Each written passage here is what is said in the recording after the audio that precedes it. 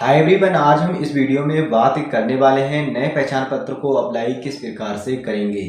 क्योंकि इस समय इलेक्शन का माहौल चल रहा है। जिन लोगों के पहचान पत्र नहीं है यानी वोटर आईडी कार्ड नहीं है तो वो किस प्रकार से ऑनलाइन अप्लाई कर बनवा सकते हैं। तो इस वीडियो में शुरू से आखिर तक बने रहिए जिससे कि आपको सही से समझ में आ सके कि किस प्रकार से हम ऑनलाइन पहचान पत्र को अप्लाई करते हैं। इसमें हमें कौन कौन से डॉक्यूमेंट देने होते हैं, सारा कुछ इस वीडियो में हम डिस्कस करने वाले हैं। इसका आवेदन फीस बिल्कुल निःशुल्क है, इसमें कोई चार्ज लगने वाला नहीं है। तो चलिए दोस्तों, ले चलते हैं अपने कंप्यूटर स्क्रीन पर। दोस्तों, सबसे पहले अपने कंप्यूटर या फिर मोबाइल पर गूगल को ओपन कर लेना है। गूगल को ओपन करने के बाद में गूगल के सर्च बार में आपको लिखना है वोटर आईडी कार्ड। आप इतना लिखकर सर्च लगाएंगे तो आपके सामने कुछ इस प्रकार की मेन वेबसाइट इसकी सबसे ऊपर आ जाएगी। आपको इस पर क्लिक कर देना है। जैसे ही आप इस पर क्लिक करेंगे तो आपको क्लिक हियर पर दोबारा क्लिक करना होगा। जैसे ही आप इस पर क्लिक करेंगे तो आप इसके पोर्टल पर पहुंच जाएंगे, रीडायरेक्ट कर दिए जाएंगे। अब दोस्तों, यहाँ पर आपको साइन अप करना होगा, पहली बार में अकाउंट बनाना होगा। चलिए दोस्तों, मैं थोड़ा सा बता देता हूँ। यहाँ पर आपको सबसे पहले करना क्या है, अपना मोबाइल नंबर डालिए, ईमेल ऑप्शनल है, ईमेल डालिए या मत डालिए। इसके बाद में कैप्चा डालकर आपको यहाँ से कंटिन्यू कर देना है।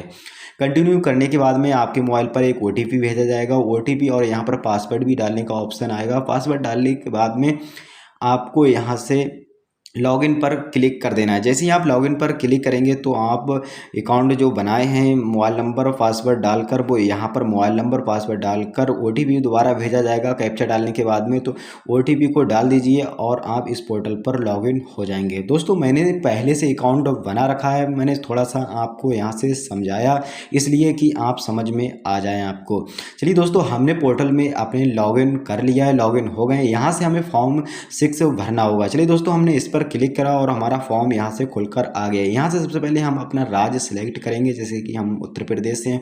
उत्तर प्रदेश सेलेक्ट करने के बाद में हमने यहाँ से अपनी डिस्ट्रिक्ट सेलेक्ट कर ली है। इसके बाद में हमें अपना विधानसभा सेलेक्ट करना होगा। चलिए दोस्तों, हमने अपना विधानसभा सेलेक्ट करने के बाद में यहाँ से इसे नेक्स्ट कर दिया। अब दोस्तों, यहाँ पर आपको करना क्या है, अपना नाम लिखना है। दोस्तों, यहाँ पर 2 कॉलम नाम के दिए गए हैं, लास्ट नेम और फर्स्ट नेम। दोस्तों, फर्स्ट वाले कॉलम में आप अपना फर्स्ट नाम डाल सकते हैं, सेकंड वाले कॉलम में यानी सरनेम में आप अपना सेकंड नाम डाल सकते हैं।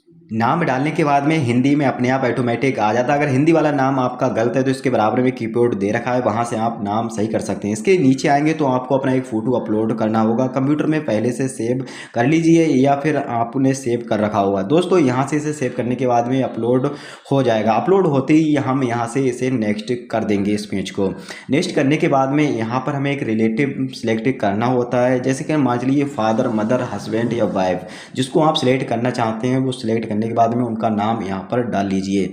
अब दोस्तों, हम एक लेडीज का बना रहे हैं तो उनके हस्बैंड का हमने सिलेक्शन यहाँ से कर लिया है। उसके बाद में हम उनका नाम भी यहाँ से डाल लिए हैं। डालने के बाद में दोस्तों हम इसे भी यहाँ से नेक्स्ट कर देंगे। चलिए दोस्तों, हम यहाँ से इसे नेक्स्ट कर देते हैं। नेक्स्ट करने के बाद में हमें कॉन्टैक्ट डिटेल में नंबर, ईमेल डालना होता है। नंबर डालने से पहले यहाँ पर हमें चुनना होता है कि सेल्फ उनका खुद का नंबर है या उनके परिवार का है। चलिए दोस्तों, उनका खुद का नंबर है तो हमने सेल्फ यहाँ से सिलेक्ट कर लिया है और हम मोबाइल नंबर यहाँ पर डाल लेते हैं। ईमेल ऑप्शनल है, डालिए या मत डालिए। चलिए दोस्तों, हम यहाँ से नेक्स्ट कर देते हैं क्योंकि ईमेल ऑप्शनल है।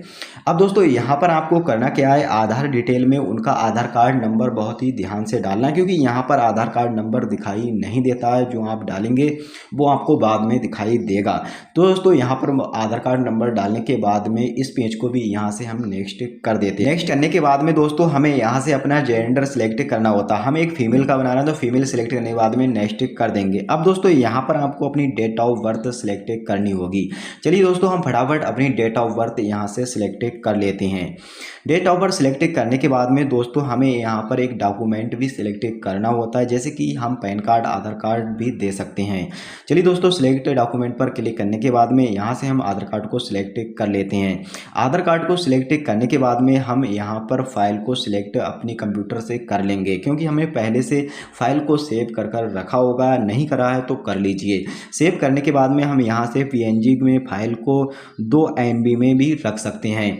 इसे अपलोड कर दीजिए। अपलोड करने के बाद में यहाँ से हम नेक्स्ट हो जाएंगे। दोस्तों नेक्स्ट करने के बाद में हमारे सामने एड्रेस डिटेल का ऑप्शन आ जाता है। एड्रेस डिटेल में हमें सबसे पहले अपना मकान नंबर डालना होता है। अगर आपके पास आपको कहीं से मकान नंबर नहीं मिल पा रहा है तो आपके घर में परिवार में जो पहचान पत्र होंगे उनमें से आप देखकर यहाँ पर डाल सकते हैं।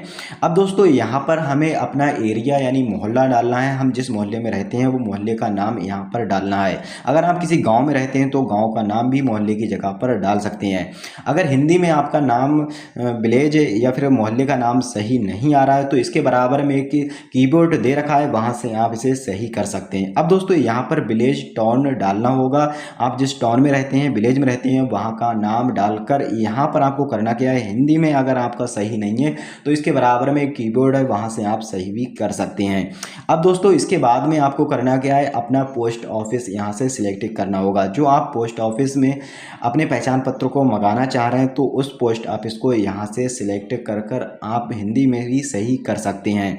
अब दोस्तों करना क्या होगा, इसके बाद में आपको अपना पिन कोड नंबर डालना होगा। जिस एरिया में आप रहते हैं वहाँ का जो पिन कोड नंबर है वो यहाँ पर फटाफट डालिए। चलिए दोस्तों मैं अपना पिन कोड नंबर यहाँ से डाल लिया है। इसके बाद में आपको अपनी तहसील का नाम यहाँ पर डालना होगा। चलिए दोस्तों हमने अपनी तहसील का भी नाम यहाँ पर डाल लिया है। अब दोस्तों इसके बाद में आपको अपनी डिस्ट्रिक्ट सिलेक्ट करनी होगी। जिले को सिलेक्ट करने के बाद में दोस्तों अब यहाँ पर आपको फिर से डॉक्यूमेंट को सिलेक्ट करना होगा। चलिए दोस्तों हमने आधार को सिलेक्ट कर लिया है और फाइल वही जो हमने पहले अपलोड की थी वही फाइल हमने यहाँ पर अपलोड कर दी है। अब दोस्तों यहाँ से हम नेक्स्ट हो जाएंगे। ये दोस्तों ऑप्शनल है, यहाँ से हम इसे नेक्स्ट कर देते हैं।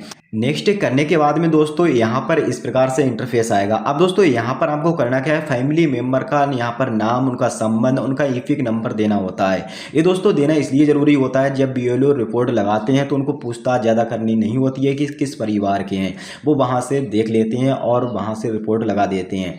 दोस्तों आप खुद का बना रहे हैं तो अपनी मम्मी या पापा का यहाँ पर दे सकते हैं। अब दोस्तों हम एक लेडीज़ का बना रहे हैं तो उनके हस्बैंड का यहाँ पर नाम, उनका संबंध और उनका ईपिक नंबर यानी पहचान पत्र संख्या डाल लेते हैं। चलिए दोस्तों डालने के बाद में यहाँ से हम नेक्स्ट हो जाएंगे। चलिए दोस्तों फटाफट हम यहाँ से नेक्स्ट हो जाते हैं। नेक्स्ट होने के बाद में दोस्तों अब हमें इस प्रकार का इंटरफेस शो होगा। अब दोस्तों यहाँ पर हमें अपना विलेज यानी टाउन डालना होगा। चलिए दोस्तों हम यहाँ से अपना विलेज टाउन डालने के बाद में यहाँ पर हमें अपना राज्य सिलेक्ट करना होगा। राज्य सिलेक्ट करने के बाद में यहाँ से हमें अपनी डिस्ट्रिक्ट यानी जिला सिलेक्ट करना होगा। दोस्तों डिस्ट्रिक्ट को सिलेक्ट करने के बाद में हमसे पूछा जा रहा है कि आप इस पते पर कब से रह रहे हैं। अगर आप बचपन से रह रहे हैं तो आप अपनी डेट ऑफ बर्थ को यहाँ से सिलेक्ट कर लीजिए। अगर आप किसी ऐसे व्यक्ति का बना रहे हैं, उनने एड्रेस चेंज किया है तो उनसे पूछ लीजिए। अगर मान चलिए अगर आप किसी ऐसी लेडीज़ का बना रहे हैं, इस एड्रेस पर उनकी शादी हुई है तो आप 1-2 साल घटाकर डाल सकते हैं या फिर उनसे कन्फर्म मालूम कर लीजिए। हमने 2021 यहाँ पर डाली क्योंकि हम जिस लेडीज़ का बना रहे हैं उनकी 2021 में शादी हुई थी। प्लेस में आपको अपना एरिया डाल लेना है जहाँ से हम फॉर्म को भर रहे हैं। इसके बाद में हम नेक्स्ट कर देंगे। नेक्स्ट करने के बाद में यहाँ पर आपको कैप्चा डालना है। कैप्चा डालने के बाद में सेंड OTP पर आपको क्लिक कर देना है। चलिए दोस्तों हम फटाफट यहाँ पर कैप्चा डाल लेते हैं। कैप्चा डालने के बाद में सेंड OTP पर क्लिक कर देंगे। इसके बाद में दोस्तों आपने जो नंबर डाला था उस नंबर पर एक OTP प्राप्त होगा। दोस्तों उस OTP को आप OTP वाले कॉलम पर डाल लेंगे। चलिए दोस्तों फटाफट हम OTP को यहाँ पर डाल लेते हैं। दोस्तों हमें OTP प्राप्त हो चुका है। हम फटाफट हमने OTP भी यहाँ से डाल लिया है। अब यहाँ से हम इसे सबमिट कर देंगे।